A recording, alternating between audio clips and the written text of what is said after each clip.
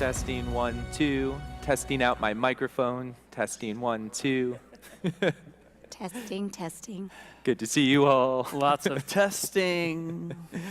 It's Give you always the the alphabet. question when you're doing a mic check, which direction you could go. Maybe we piously say the Lord's Prayer. Yes, Type, oftentimes, right? Set Just to kind of get ourselves going.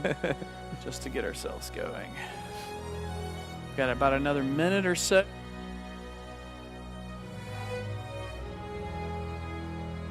On, please. John. Keep gathering your Done. coffee. Yeah, the gals from. I know. I was just waving at him. Yeah. Get ready to go.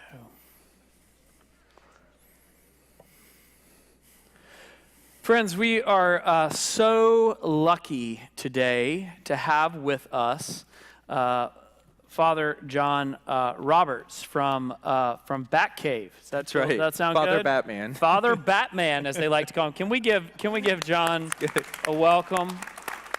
Before we get started, I just want to say John has served as the rector of Transfiguration Batcave since 2023.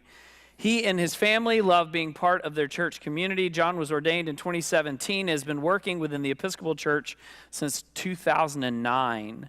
Before coming to Transfiguration, he served in a variety of contexts as formation director, assistant priest, and most recently as school chaplain at Christ School in Asheville.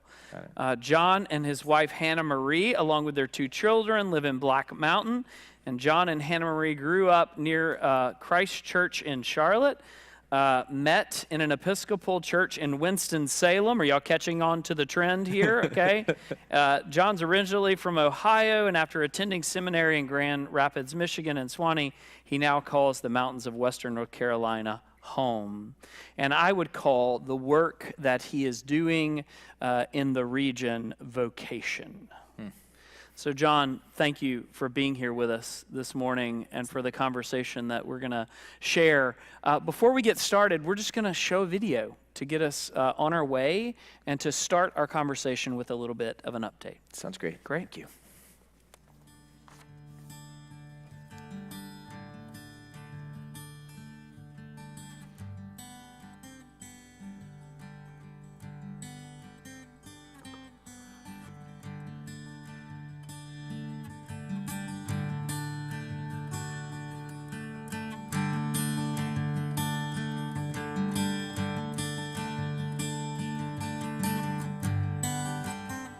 I'm Father John Roberts. I'm the rector of the Episcopal Church of the Transfiguration here in Batcave, North Carolina.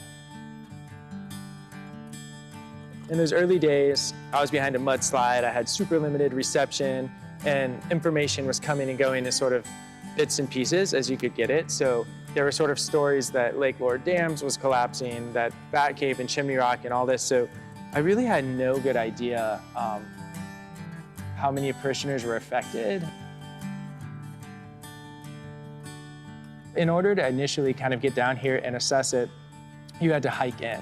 And when I hiked down and saw what was happening there and realized the basic things that folks didn't have, I mean, there were just tents set up, people were camping on edges of mudslides, using buckets as bathrooms. There was this kind of grassroots organization. I truly took the keys out of my pocket and just gave them to this group. I knew enough to know kind of who they were, to say, you know what, I would rather you all have the keys to this building and make use of it while we can. Very early initially, people were sleeping here, using the church for all kinds of things. Our parish hall has hosted groups from 25 Amish to being just full to the gills with relief hub stuff. More days people have been sleeping and living there than they haven't been since the storm. In the demographics of our parish, we're a small church, maybe have 65. Within sort of our parish rosters, 40-some family units in our church had some to significant damage. 12 family units lost almost everything they own, cars, houses, possessions. We had 1 parishioner that has died immediately in the storm. We've had 6 families leave the region because it's just been too much to rebuild or lack of access. So February 23rd was our first service back here. And well, there was such a feeling of joy to be back together as a community. On the other hand, it was the first time a lot of parishioners had driven through Chimney Rock and some areas of Lake Lauren Batcave and seen any of this. And there were also people showing up in tears because it was the first time they had seen the devastation. What I think we're really committed to is when we can be and safely be here, we are going to continue to be bearing witness to God in this gorge. We're going to bear witness to the faithfulness of God in past, present, and future. And if it's simply by just showing up here and being in our pews and naming that this is a spot still for beauty and welcome, we're going to do it.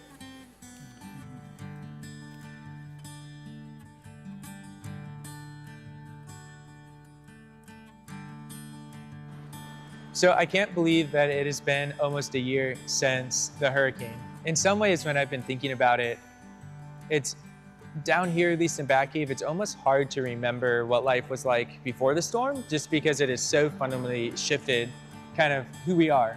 And yet, at the other hand, things definitely have progressed and changed, transfigured since then. So since the early days of the storm, we've tried to make sure our buildings and our property is used for whoever needs it most, particularly around shelter, but also rebuilding efforts. So we were blessed several years ago with this large donation of this tract of land next to the church property. And there's a story where all the trees came down and it felt really devastated. But then slowly over time, with some of the relief groups that have been working down here, the wood was used for rebuilding efforts. That was all milled from our trees with Amish volunteer groups that were sleeping in the church. And then even recently, we have parishioners who are working to rebuild a shop in Chimney Rock. It just reopened a few weeks ago, and all the shelves in their shop are wood from our Transfiguration property. But as the wood got cleared out, then the land was able to be used for rebuilding efforts for Batcave disaster, as well as some other groups that have used it to store their heavy equipment, materials that are donated.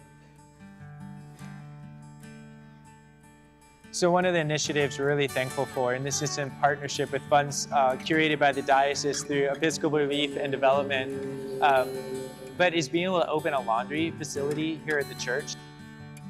There was the old rectory, so there was a pretty good sized laundry room, mudroom area, but we're using the funds to expand that, to put more washers and dryers, to make it actually a beautiful space that's open 24/7, that's secure and safe. We still have neighbors using the bathroom in buckets. We still have people that, of course, have no access to laundry. So I'm thankful that the grounds and buildings are continue being used. It continues to be such an honor to serve at Transfiguration, to be a presence down here, to continue to bear witness to the continuing changes and ways that we've had to react and respond to the needs around us as a church. And I just have to say, the folks that are still able to come, the kind of core folks that are here at the church are doing so much. When people have asked how they can support us as a congregation and as a church, one of the biggest ways, as I keep saying, is just to know we're not alone, a relationship, to know that after a year, where so much, thanks be to God, but so much of Western North Carolina has started to recover or resume some normalcy, that our normalcy is still at this level. We have not kind of resumed what life was. It looks different. It'll always look different down here for decades to come. So I think our call for our church continues to not only try to be physically present in our space, to try to help connect resources when we can, but it's that continued ministry of presence, which follows the example of Jesus and his followers, being present with each other in times of struggle, in times of goodness, to bear witness to what we've seen, the hurt, and the continuing challenge as people are rebuilding their lives.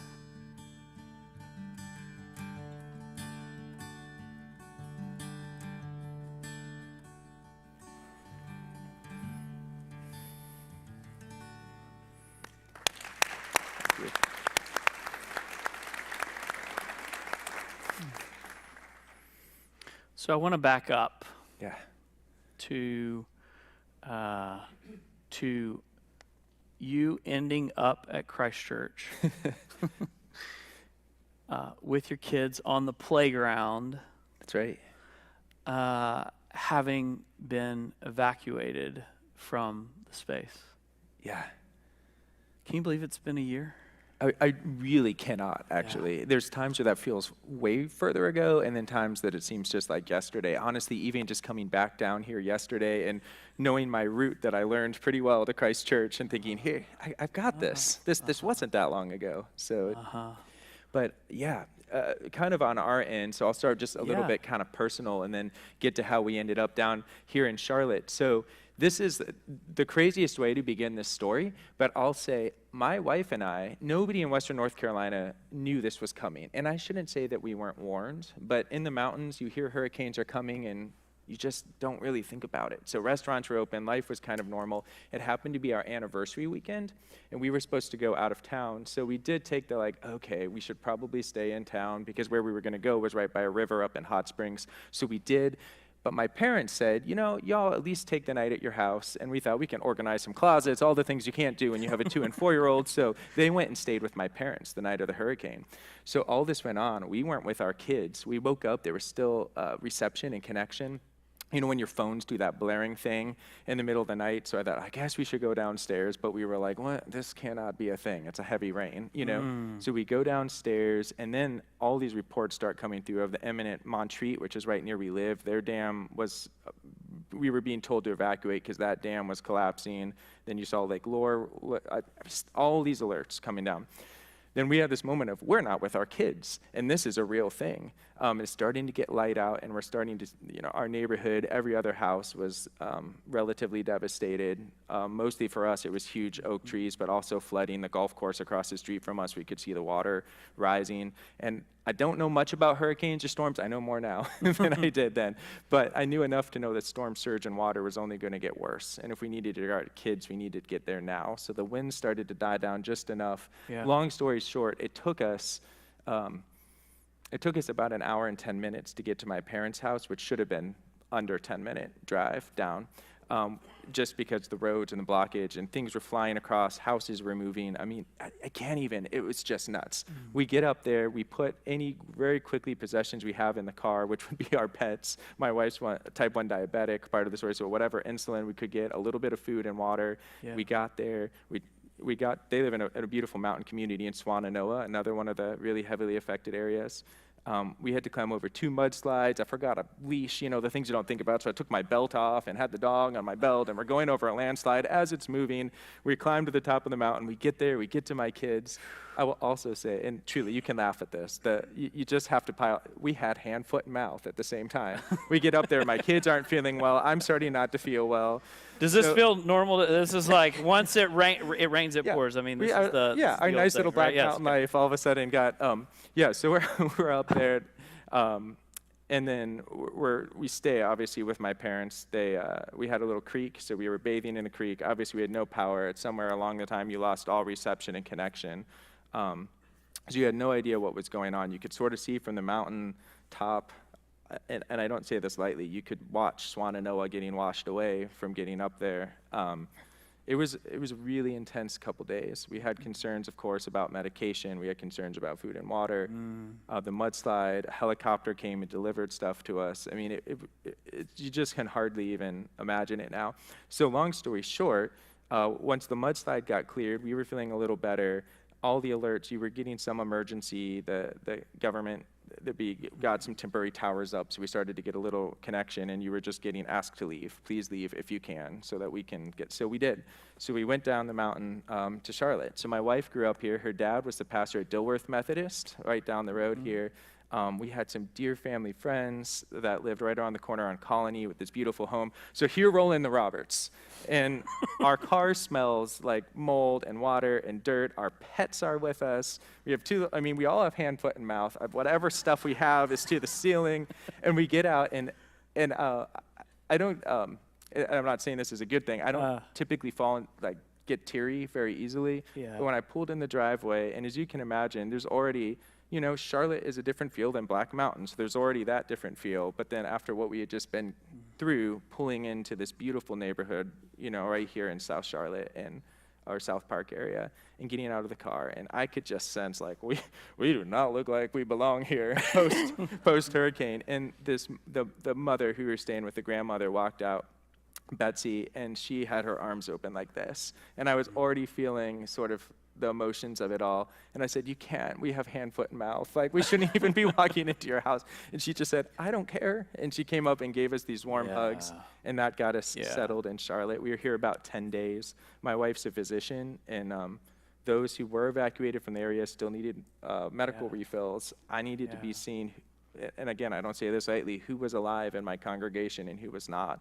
I needed to be raising money. I needed to be, so we needed reception to do it. So it's like we got to Charlotte, then all of a sudden we were on our laptops and both trying to work our jobs as best we could, but also needing some breaks. And I knew that there was this lovely church up the road, Christ Church, because I had Gray and Walker Edens at Christ School, where I was before. So I'd gotten to know the Edens family a little, and I know they will not mind us on their playground. And if they say anything, I'll say, hey, Chip, it's me. I know it doesn't look like me right now. Actually, I had a shower by that point.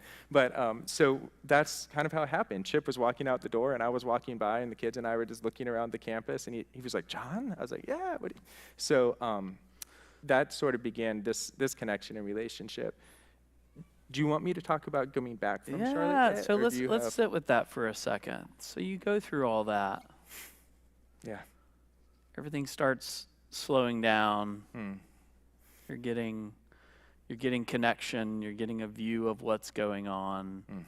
I can remember you when you were on the playground, and then you came back at another time, and you and Laura and Chip. Yeah. And I and a couple others walked into the office, and we all sat down, and we started talking. At that point, well, first, you Chip really said, weren't "Are you even hungry? clear. Can I order you Yeah, a can pizza?" I get you a And I pizza? said, actually, that's right. Yeah. And then we got a pizza. Yep. What was it like to come into the space and to realize that like you weren't gonna be alone? Yeah, I think the first thing that really stuck with me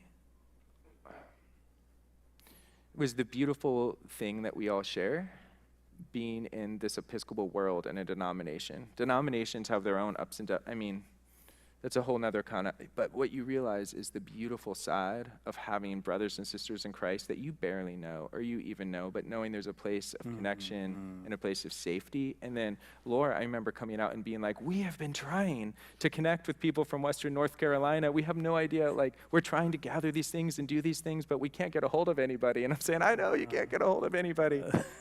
Just signal was starting to get back up, but just the fact that you all were already trying to figure out whatever you could do to gather supplies, knowing that it would be needed eventually for when that connection was remade. Just, and I guess I said it on the video, but the feeling of not feeling alone was 99% of what I needed. More than the stuff, more than whatever else, was knowing that there's people that have got our back. Because your story is the story of hundreds of others in the same time, right? So you get grounded, you get clear that it's okay for you to go back, and or you have a sense you're gonna go back, right? I mean, this is where vocation and safety and those things kind of come in. There were some initial questions where I was like, questions. they have a preschool. I'm sure Chip would let my kids go to their preschool if we're just in Charlotte now. But I mean, I say that kind of joking, but kind of serious. Is we didn't know if our home was still standing. We didn't know if the church was still standing. And this wasn't the first time that the church has been through a natural disaster before. So you had that story in your head too, right? Say a little bit about that, because the church has had multiple iterations of natural disasters coming through. So you've got this question in the back of your head. Say a little bit about that. So I knew enough, kind of the history of the church that had been destroyed twice before by natural disaster. First by the flood, and I should know this date by now. I think it's 1918, but right thereabouts was the last ginormous storm that came through the gorge area where the church is in Bat Cave and Chimney Rock. And then the second was by wildfire, which I will jump ahead and say you heard a lot of efforts on there about wood on our property. We lost hundreds and hundreds of trees. And at the same time, last fall and early spring, you might remember there were wildfires in Western North Carolina, and there was fear of that. So having all that wood down around the church was also, but knowing that the church had been destroyed before by wildfires, and to think, oh my gosh, yet one more thing, it's sort of those Job moments. But all that to say, they got it right this time. They built the church up on a bank. It was built out of stone. and it happens to be in one spot where the river's straight, so the water rose enormously high, way up this river bluff that we're on, all the way up to the church, but not enough to take the building down. So, and it really does remain one of the only intact buildings in the entire Bat Cave community. Certainly one that is not a private home, but even including private homes. So say a little bit about that journey. So you got the questions, you get in the car, you start making your way back up there, and you get up there, and A, what was the journey like? And then B, what was it like to arrive at the church and to see that they got it right? Yeah. So when we were in Charlotte, I had seen a rough satellite drone picture. I don't know which one it was, enough to know the building was kind of there. So I had an idea the building was there, had no idea what shape it was in. And that, of course, was the question. So we got ourselves back up. And while we were in Charlotte, we were trying to Zoom with other members of our congregation. We were keeping lists. We were trying to track down everybody we could, because most everybody had been evacuated out. And when they got evacuated out, then we got signal. Then we could check in. But I had people from all over the country reaching out to me, knowing that their parents or their grandparents went to my church and saying, we haven't heard from them. Do you know if they're okay? So that was a lot of the work in Charlotte. But all that to say, I knew the building was there-ish. But I was really anxious to just get down there and see and be present. And if there's any call of a priest, it is to hope to be present with your people and your community as best you can. So, you felt that like heartstring. That's what my 4-year-old talks about, but that heartstring tug to get back. So we were able to come up 40 pretty well to Black Mountain. Our home was okay. So we got back into our neighborhood. We didn't have power or water, but my parents did, and the mudslide was cleared, so we would go up there every couple days to bathe and do what we needed to do, but we still wanted to be in our space. But immediately I wanted to get down to the church. So I drove as far as I could, Highway 9 from Black Mountain down. If you've done it before, it's already a crazy road. You cross the Continental Divide. For some reason, I love the fact that I say I cross the Continental Divide every time I go to work. But you go up, you go back It's down. kind of a spiritual thing, isn't it? It is kind of a spiritual thing. Okay. I get you it. have sort I of get a it. prayer I get it. journey of Yeah. but the road was already treacherous before the storm. All kinds of, I will save the story. It took hours to get as far as I did, and I was able to get to the last possible place where there was no more road. It was about 4 miles from the church. And at that point, I had my backpack, I had my camera, and met a parishioner. He's now our junior warden, but he's around my age and lived kind of nearby. And he met me at the bottom of his mountain road, and we walked down together. And we prayed, and we looked. The National Guard, military, checkpoints, Raleigh police, Charlotte police, that were just volunteering, were everywhere. There were checkpoints everywhere. Helicopters constantly coming in and out. It was a true emergency zone. Something that I would have said casually before, but did not know the difference until I've actually been in one. And only because of who I was. I literally brought my stole and had to hold it up and talk about that being my church and show a picture of me in front of the church. But we walked down there, we got there, and that the wave of relief of like, if you look just at that part with all the downed wood and all the buildings and debris. This is kind of the trucks. church up on the hill here. Yeah, that's it. Yeah. And that was just about the view, walking up the road, and you can see all those trucks. This was a little bit later, but Yeah. You're walking down the road, you see it up on the hill. yeah, and that wave of relief hits, and yet also that kind of feeling of home. Thank you for pointing. I forgot we had these Yeah. pictures rotating Yeah, through, it's so you fine. can kind of see the Yeah. unveiling of getting the road cleared. So the road immediately in front of the church was there. The road before the church and after the church was gone, and by gone I mean gone, like cliff, water, just absolutely not possible. So when I got there, I put my backpack on. After we prayed together in the church, we walked to the grounds, we assessed the damage, we took pictures, and it's sort of funny. The things that you thought to take out, but it's the Church of the Transfiguration, and the congregation had worked together with the former rector and written this beautiful icon that was in the back of the church always, and it was the icon of the Transfiguration. So I unscrewed it, took that off the wall, put that in my backpack. I took the reserved sacrament out because I knew I would want to use that to get to people, to take to people in what turned out to be the months and months to come. I took a chalice and paten, knowing that perhaps we would have opportunity to use it somewhere. And this is the sort of funny part, is I took the church check stock, which turns out when you don't have access to your offices, all of a sudden it becomes incredibly the things you think would be easy, but what did we need most was to get money to people immediately, and money was Yeah. coming in through online, and I was Right. working, but there was no good way Right. to get it out. Right. And then we kind of made the temporary office at the diocesan offices for the next 4 or 5 months and worked out of there. But that's what I filled my backpack with, and we walked Yeah. back to the car, and Right. then it took several months Yeah. until there was road access. So you're there, and seminary has prepared you perfectly for this moment. correct? Absolutely. Right. Yeah, I actually specifically got my Master's of Divinity with an emphasis on Hurricane. emergency. Yeah. Emergency. Yeah, Emergency. Right. Right. if only. But your intuition was right. yeah, Yeah. I think so. You put the things in your backpack Mm-hmm. that you knew were the ingredients to being the church in the world. Mm-hmm. An image to remind people of home, Yeah, a chalice and a paten to break bread, and to do like a little pop-up tabernacle, like the people wandering in the wilderness, I can Yeah. imagine at different times. yeah, The symbols and accoutrement of what it meant to be home and to be gathered, yeah. and a pocketbook to be able to resource those that you may have met along the way, right? Yeah, that's right. So say a little bit about what it was like in the days after that, to discover what it meant to be the church alive in the world versus the church as a building to which people go to. Yeah, I'll sort of say that in two parts. So there's the church building response, and we have grounds there, and how Yeah. this can be helpful into the loss of Batcave. And then there was the church, meaning the people, the community, and sort of those two pieces. So I'll start with the church part over here, and you beautifully sort of led into it, this idea of tabernacle. So it did sort of become like tabernacle church, and it all comes down.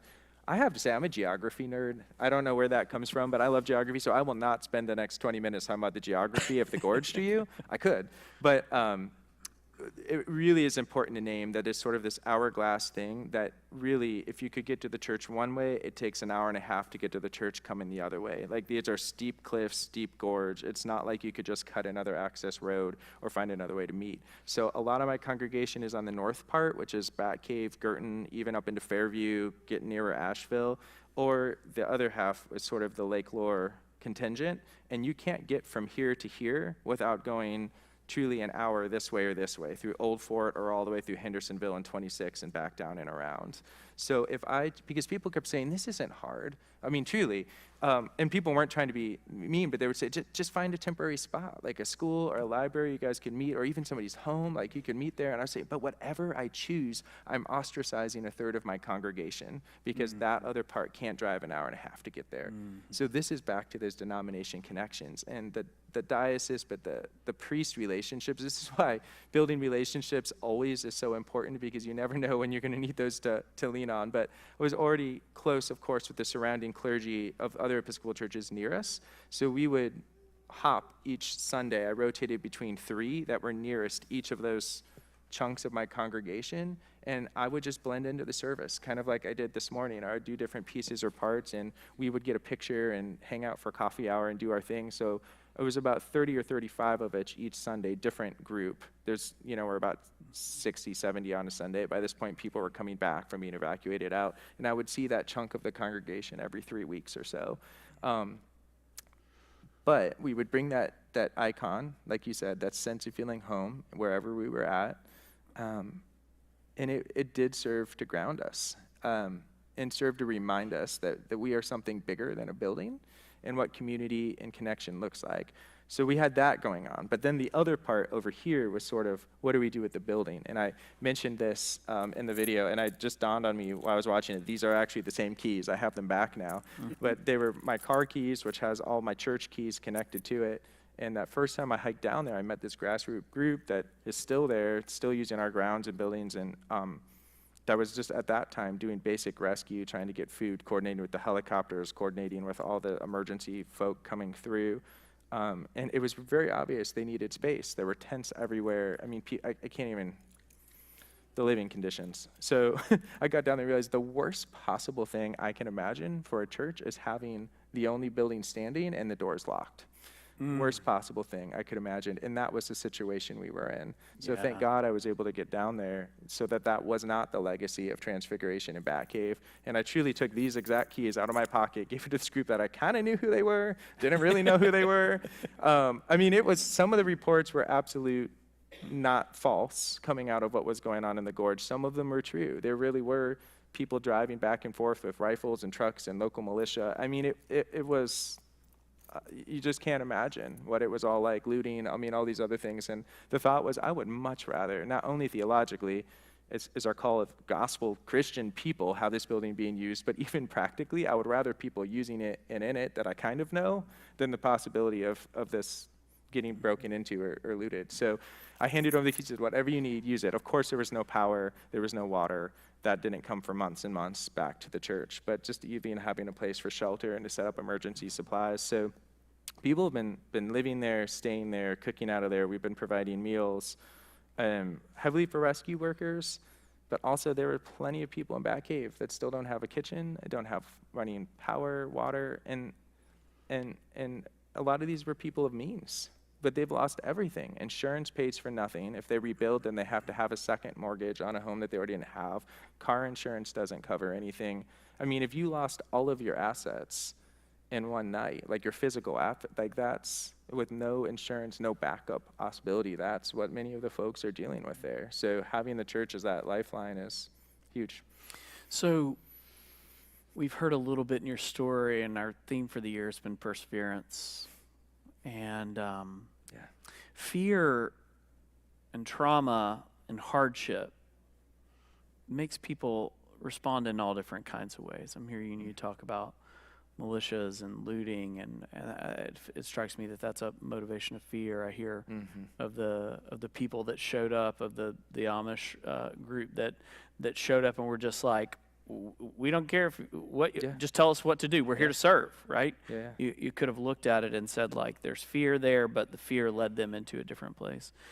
There were people who, and I'd love for you to tell this story, there were people who were scared, and literally the only place that they could go to was the church. And I think there was a rumor that was going around that some people had broken into the church, and that they were staying there, and you have a different sort of view. It's amazing how the narratives kind of get out and travel. Yeah, so true. Say a little bit about your experience of with that couple. First, I should just say really quickly, when I was talking about the challenges down there, I have to name this with as much emphasis as I can. The human goodness in all of this is unparalleled. I mean, so what I talked about there was 1% of the story. The 99% of the story is the goodness and the beauty and the generosity and neighbor caring for neighbor and people caring for people.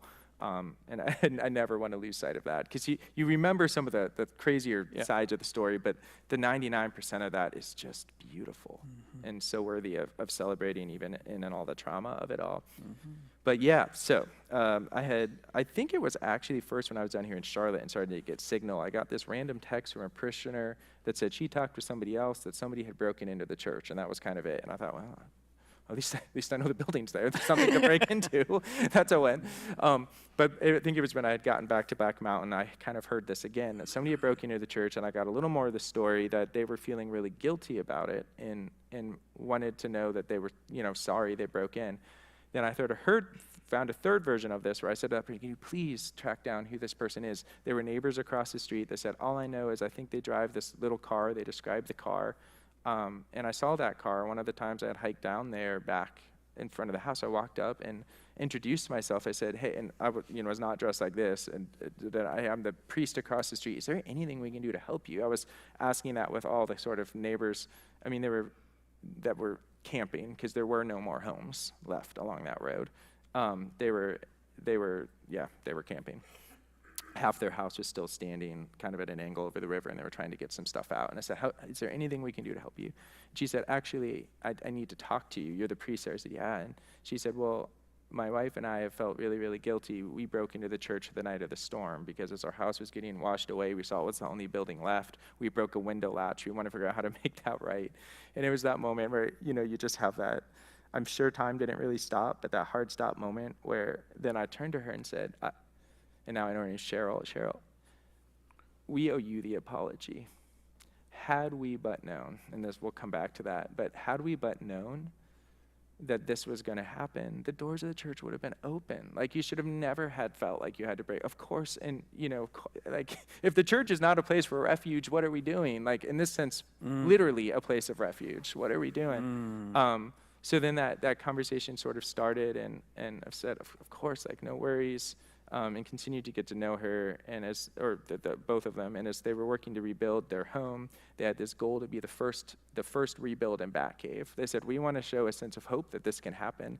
Now, some of you have come up and visited Transfiguration since the storm and have seen it. I've pointed it out to everyone that can. It's small, but it's beautiful, well-built house right on the river, higher up, really well ready for, God forbid, something else to come.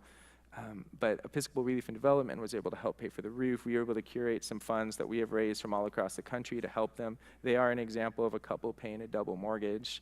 But the story even gets a little more interesting. Do you want me to keep going? Yeah, go for it. Yeah. So Yeah. there's a lot of pieces and parts. So recently they asked us, well, actually I initiated it. There were a couple that have been showering and doing laundry in the church ever since that first since we got power and water back to the church. And of course, as well as other neighbors, and that's why we're doing this laundry facility and these other things. I want to come back to that in just a second. Yeah, so I'd gotten to know her just because the laundry room, it's getting changed now. We're constructing it, but there was a door from my office to the mudroom laundry room, so she would be there doing laundry, and I would talk with her and get to know her more and more. And eventually they said, would you like us to do a house blessing? They had come to the church a few times, but I didn't push it, but they didn't come often on Sunday once we were back in our building about 6 months after the storm. And she said that would actually be really meaningful. So we did. We did a house blessing on the anniversary of the storm. My daughter carried she's 4, carried the children's cross down, and we crossed the road, and we all snaked down there, and the congregation showed up, and we said blessings, and there were tears, and this really meaningful bit for them being a couple that's 2 women, both of them growing up in the church, both of them being shunned hardcore by the church, that this is the first time they've had in their words, a positive interaction with the church, with followers of Jesus in 30 years. And the fact that they welcomed us in there and we showed up and we said that blessing. But here's where the story gets kind of funny, is this was not that long ago. Roads fully open, at least if you have a pass to get through, and was driving by and saw her in the front yard. Their house was getting close to done, and she had a cast on. And I rolled down my window. I was like, Cheryl, what happened to your arm? What do you like? And she goes, well, I just got in a car accident in Charlotte when I was down there getting some stuff. And I said, oh, I'm so sorry. She goes, oh, it's she's somehow spins things positively. And she goes, the car got totaled, but I'm okay other than my arm. And I said, I'm so sorry. So then I go home. I'm thinking about how can we continue to love on them a little bit. Laura sends me an email. You would think I would make this connection. You all are already making it. I did not. She sent me an email and said, hey, there's a couple at our church that emailed me that they have a 20-year-old Toyota Tundra. I'm rounding numbers a little bit, but we're looking for a home for it. And I think, oh, that's really nice. I'll think about who needs a vehicle down here. Middle of the night, it dawns on me. Middle of the night, bing! Hold on. Yes, so I said, happens. actually, I think I know who this person is. The car she totaled was a roughly 20-year-old Toyota Tundra in Charlotte, remember? So we have now a sim vehicle from Charlotte coming back and is now in her driveway. Just those cool God moment and connections. And they do come to church from time to time. They feel neighbor, they feel connection. So it's just I hosted a bunch of clergy. It was the first time, it was a year, we rotate our deanery meetings. So that's like local churches, Episcopal, and rotate around, and they said, we want to come to Batcave and see it. And I said, yeah, come on. So we met there, and I was telling the story, and I told them, I'm not saying this on a pat my back way. Like, I don't know how much good we've done in back. Like, could we have done more? Could we have done less? Are we doing the right thing? I don't know. But I have one story that I know we did get this right. Yeah. If in that sense, that's the gospel. So the tragedy, the crisis has not only helped you all figure out how to answer the question, what's it mean to be the church? It's helped us figure out what it means to be the church, alive and animated in the world. Now we all have responded in different ways.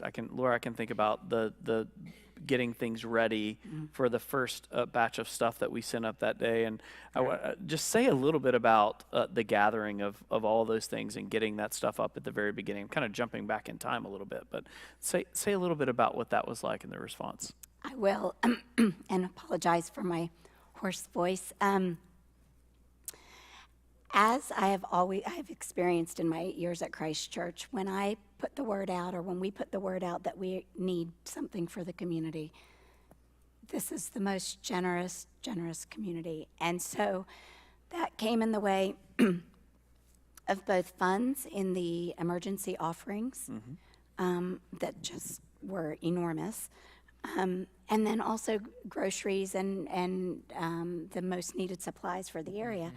And interestingly enough, in those days and weeks after the storm, I kept reaching out to the diocese trying to figure out where are we going to connect. And Father John had been here. I got pulled out of EFM. I went and got to meet with him and hear about what was going on and hear a little bit about his story, but we were still trying to discern where all these things, these gifts were going to go. And when I finally did get through to the Diocese of Western North Carolina, they said, we would really love it. There are so many parishes in need, but we would really love it if you could share your love and your generosity with the Church of Transfiguration in Bat Cave. And I was like, I know them. So it just made so much sense. Yeah. And Yeah. do you remember CCK? And everybody came together, and we had truckloads of Yes. food and resources that went up, and I connected Father John to. Yeah, some of you were personal shoppers. So I had people, that lost everything, and women in their 70s and 80s that had no clothes other than Yeah. was on their back. And you had people here that went Well, it shopping. They just called felt- and asked for their size. It and felt so Yeah. good to be able to have a direct connection, Yeah. a connection that was from our faith community. Not that that mattered. We don't typically Right. discriminate that way, but this was a way we Yeah. could really connect. Because I don't know if you remember, but Chip stood right here and said, we are going to keep showing up for Western North Carolina in these days and weeks, but in the years to come. And so we knew that we wanted to have meaningful relationship with this place. And I just think it's been organic, and it's felt holy. Yeah. Yeah. A few weeks ago, our women, a lot of them here from the ECW, on way to their retreat in Lake Junaluska, went and spent an amazing day. We had an amazing day with the women of your parish. Yeah. And did some campus beautification. It didn't need much. It's a beautiful, beautiful place. But we just went and were in community together. That's right. Yeah. Worked alongside each other, ate alongside each other. Ate Yeah. alongside each Yeah. other. I mean, it's just, And we had enough left over we used for our coffee hour 2 days later. I mean, it was it's just been beautiful. very, very Yeah. special. So, It's amazing what happens, again, when things happen in community and we're really invited, and I use that word intentionally, we're invited by the Spirit to look around in a moment at an intersection of our lives and to ask, I wonder what the next right thing to do right now is. Would that we could kind of continue to live our lives that way, right? That at all the intersections of things that are going on, we can invite the Spirit to open our eyes and to sort of say, okay, what's the right next thing right now that needs to happen? Okay, I can deal with processing it later. There's a right thing that needs to be done right now. What's the right thing that needs to be done right now? And I think that sort of listening and acting and the moment of figuring out what's the right next thing to do right now allowed you all and continues to allow you to kind of get to where you are. But then eventually there was an opportunity where you began to say, like, well, it's more than just what the right next thing. It began to become who are we becoming now, right? Yeah. And I would love for you to say a little bit about how crisis led you to begin thinking about what your neighbors needed need, talk a little bit about laundry, Yeah. and then I'd love for you to begin to talk about the Hope Center. Yeah. And about the new mission that you're also leaning into in this missional moment Yeah. that you happen to be living in. No, thank you. I'll just say briefly, I'm like a squirrel whenever these pictures go on. But a couple pictures back was the inside picture of our church you might have seen, and that was our first Sunday back, February 23rd. And I will tell you, if you've experienced this, thinking, I wonder if anybody's coming to church today. I really wondered, is anybody coming to church today? I knew I had my 2 kids and my wife. Yeah, and there it is. And it was full. And just that moment of I don't know, goodness and unexpected, I don't know, community. It's all about, we wanted to be back together, and we showed up as hard as it was to get there. But where we are kind of now and looking forward, so yeah, we're really excited we got this grant and we're doing this laundry center. I wanted something, as we as a church have been discerning kind of our response in the longer term, that would have helped Bat Cave before the storm, but would help them even more so because of it. So in this sense, there was already very limited access, particularly people that didn't have a laundry access at their home, or say it was damaged or needed repair, whatever. The closest drive before the storm was 30, 40 minutes to the closest laundromat, and thinking, how cool would it be to have a free laundry facility? Is this sort of a mission anyway? Truly had thought of this before the storm. Now with the storm and still the roadblocks that are there, the closest laundromat's an hour away, because it just takes that much longer to get out of the gorge to get there. And a lot of people have lost their laundry. So we're excited to have free laundry facility. We're hoping that'll open actually in just a few weeks. So we have a contractor working there. Started a couple weeks ago, and it's going in good shape. But the other thing that really stuck with me, and I said I would come back to this phrase, is this idea of if we had but known. And I'm sort of stuck with it because I kind of did know. The church has been destroyed twice by a natural disaster. I kind of did know, right? And now this is not going to happen a 4th time. We do know that we live in a disaster-prone area, and it is probably only getting worse. So now that we know, how are we going to be prepared that this doesn't happen the next time? Some of the little things is everybody, which they didn't know before, between the hurricane and me intentionally giving out, I think literally the whole of the gorge has the code to get into the church. So if you want it, let me know. There's zero, but in seriousness, the fire chief, the neighbors across the street, the ones whose house, the story that I just talked about, people that can physically be there, have the code, so they know if there's ever a need, it is open, it's unlocked. I have signed permissions, everything. The building is to be used anytime it's needed in an event like that again. And I will say even regularly, there's plenty of weekends with ice storms and other things we lose power. I mean, it was sort of just, you could laugh about it, but it was just a little bit of living there. So even in the smaller situations, hoping again that something to this magnitude doesn't happen, but or just personal tragedy for people. So we thought we want to be in a place that we never say if we had been known, we're going to be ready, which meant we wanted to have emergency supplies ready. We wanted to have a place for emergency groups and rescue groups to work out of. We wanted to have a whole house generator for what's the old rectory where the laundry center is, but it's now like church offices and meeting space. A whole house generator, so whether somebody just has a personal event in their life and they need a place to stay, or God forbid another thing like this, that there is one place, truly, just one place in Bat Cave that would have water, power, and maybe even internet, depending on what was going on, so hence the whole house generator. So what we kind of dreamed up was this idea of the Hope Center, which was building a facility near that house that could store and work our current ministries out of, could store emergency supplies, from generators to food to water, so we have it. And if that's just an outreach thing, we know a family that needs some canned goods, come and get them. But also, we're ready for if something happens again. And then in tandem to that, having the whole house generator, which then powers our well, which then allows us to be a place of refuge, which it has been since the day of the storm. So let's keep this up, but not just make it a place of refuge, but make it a place of dignity and hospitality, even better than what we had been able to do. But when you are a small rural church in the mountains, funding can become a challenge to kind of pay for a dream like that.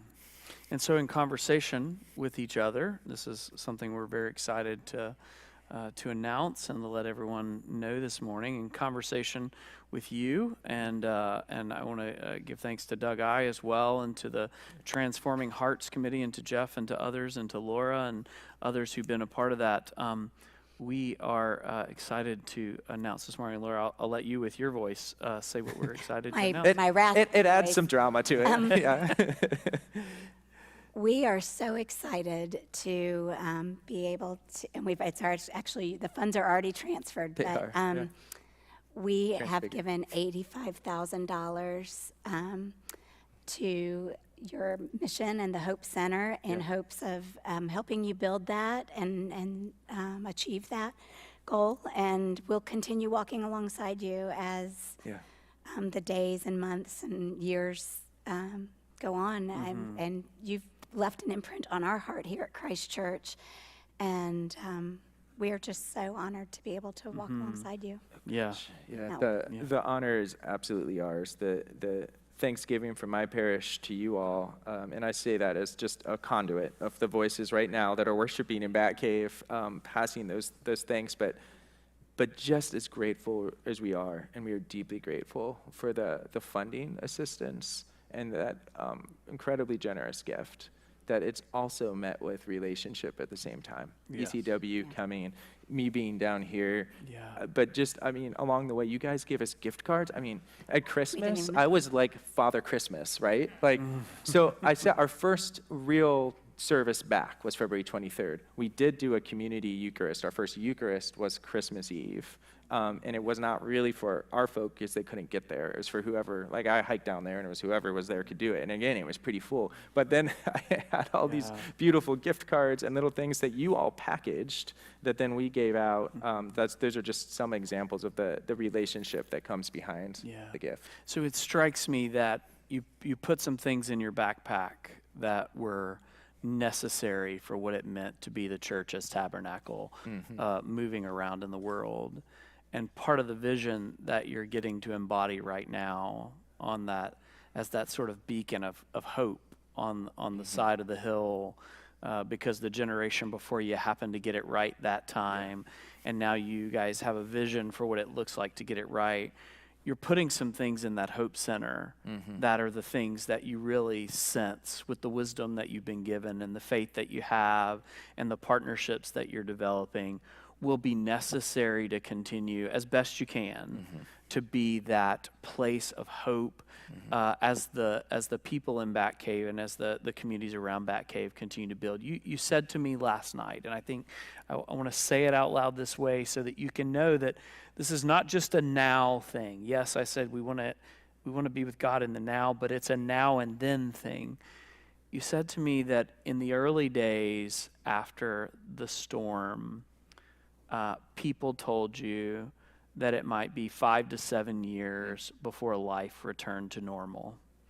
And I just want to name out loud that we're here talking about hope and about perseverance and about starting to let hope take root in a new way at the end of year 1, y'all. At the end of year 1.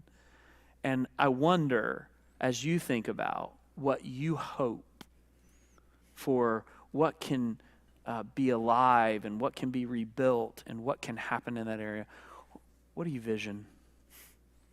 What's your hope? Yeah. So one of these pictures that cycles through, it's an old greenhouse and written on a board. And this was written the first time I hiked down there. And it's funny, it looks like the building is standing, but only the first third is there. The back of it, it's like a knife just cut it off and went into the river. But that front part, somebody painted 2 bats on either side, Batcave. But in the middle, still here, still standing. And Still here. that phrase was one I used often at the beginning. The other one that I've used a lot, and what you heard me mention in that video, is this idea of bearing witness. And I think it's that feel that our church, I mean, it's its own interesting history, but was founded by the Sisters of the Transfiguration in Cincinnati, Ohio, a group of nuns, and their mission there was to bring shelter, to help people out. It was a place of retreat for them. And in the first storm, these sisters came down from Ohio and provided shelter, and they provided the basic need to the people in Batcave after that first storm 100 years ago. And we're still in connection and relationship with them, and they have also helped fund and send things down. But that idea of carrying on that legacy of being a beacon of hope, of being, with that phrase, of bearing witness to what God has done and is doing, the faithfulness of God, despite the challenges. But then also that still here, still standing, maybe that doesn't sound like the highest bar to reach for. But on the other hand, it was like, we are still here. Because it would be honestly a lot easier to not be the Church of the Transfiguration in Bat Cave. But God has called us to that space. That's right. And God has called us, that the collect, which you would hear here, the prayer that you do on the Feast of the Transfiguration is on this mountainside, a place of quietude. Like these are words that come in. And how can we live into that idea of being this place on the mountainside that welcomes all? We're the only mainline church in the whole gorge area where people can find safety, stability, and comfort. And God willing, through that, hear the words of Jesus, love God, love neighbor, love self. And if that's what we do, then I guess that's where my hope hangs. That's beautiful. So let me get this right. So I haven't told you all this in advance. Some faithful people from Ohio Yeah. heard a story about some people that had a need, and they decided the next thing to do was to go start a church of the Transfiguration. And a priest living outside of Asheville from Ohio It's true. felt a call to go live on the side of a mountain with his wife and kids so that he could be present to what God was doing. And a storm came, and he's been living with his community and with people from all over the world to figure out what it looks like for hope to be built on the side of the same mountain. You can't make it up, guys. You can't make it up. You cannot make it up. God is always doing things and weaving our stories. It's just like the story of that truck. See, we're back at it, yeah, right? you can't it's make like it up. it's like the Toyota Tundra, right? We need another Toyota Tundra. Okay, we have a Toyota. Yeah. God invites us to that journey of faith and hope and awareness in our lives right where we are. Next week, we're going to have an intergenerational service day here. We'll have 2 services at Christ Church, both at 8:45. And then in this room, we're going to be all together, and we're going to put our worship to work. And we're going to pack some boxes of soup and of cookies, and those boxes are going to go up, and they're going to be an expression of Christ Church love and presence in that Hope Center with John. Laura, you want to add anything else to that? Well, the idea for this intergenerational day of service came from conversation with John. I was mentioning to him that we wanted to do something else this around the time of the year anniversary, and to really support his community. And in conversation, you said to me, people have their basic needs for the most part now. But what they need to know is that they aren't forgotten. Their bodies and souls need to be nourished. And you brought up the idea of this friendship soup. We were talking about what this might look like. And I thought, that's something we can do. We could do a big food packing event.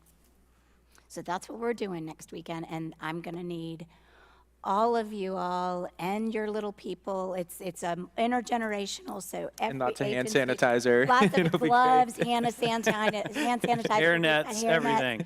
We've got all the things, and we're going to be packing friendship soup that'll go in boxes, and it'll be shelf stable.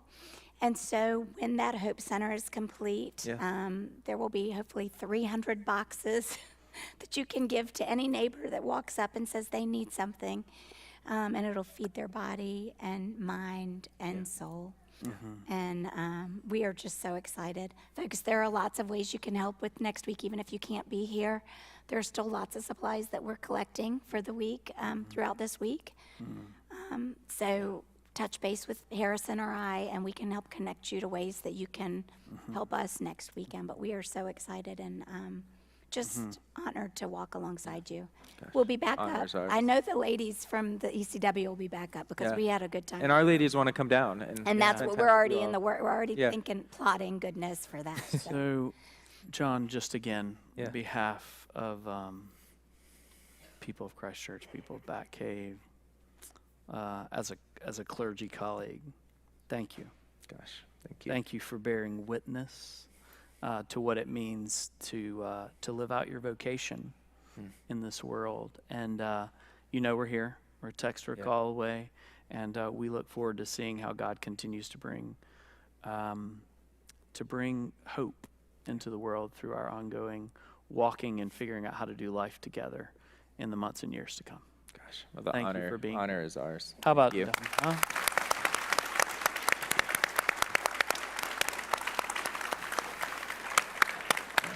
No. I can't. I gotta stand up too. You can. I know you can. Friends, thank you for being here today. Please, please, please be back here next Sunday, ready to serve. There'll be stuff in here. There'll be stuff upstairs. And again, thank you for your generosity and for your faith and for your prayers in this world. Amen. Thank you all. Thank you, John.